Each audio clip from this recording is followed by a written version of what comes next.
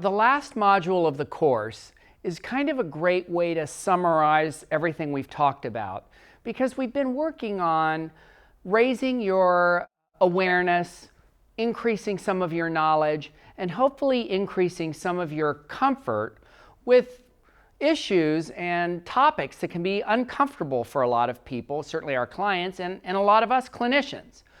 Because now what we're going to talk about is how to do a client-centered assessment. And I'm not going to go through the assessment question by question. There's assessments in your handouts, and you can find good assessment questions. What I want to talk about is how to position yourself and how to articulate the questions you're asking and how to ask these questions in a way that you won't insult clients and make them feel uncomfortable. It's going to be uncomfortable enough.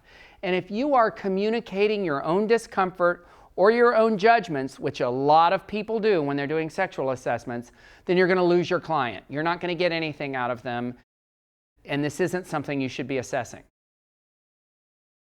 Very adamant about that you learn to use appropriate language that is non-judgmental. And I'll give you a couple of really good examples of where people make mistakes with language that can shame a client. One really good one, I have an example, is the word promiscuous. We use that word, is she promiscuous? Is he promiscuous? Promiscuous is synonymous with the word slutty. So if you're willing to ask your client if they're slutty, then you might as well use the word promiscuous, and I hope you don't do this work. I was in a situation with a colleague who was a licensed clinician. She was new to our setting, and I was training her how to do a sexual assessment, and I was playing the client, and she was playing the clinician. And she asked me during the assessment if I was promiscuous.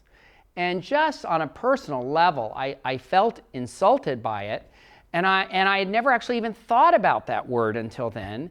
And I told her, only my best friends can call me slutty. And she was knocked off kilter because she'd realized that she had used a word, it has a judgmental, gossipy quality.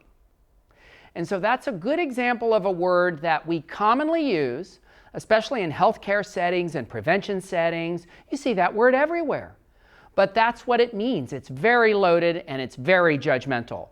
Who is to say what is promiscuous? Is that 3 partners, 10, 100, or 1,000?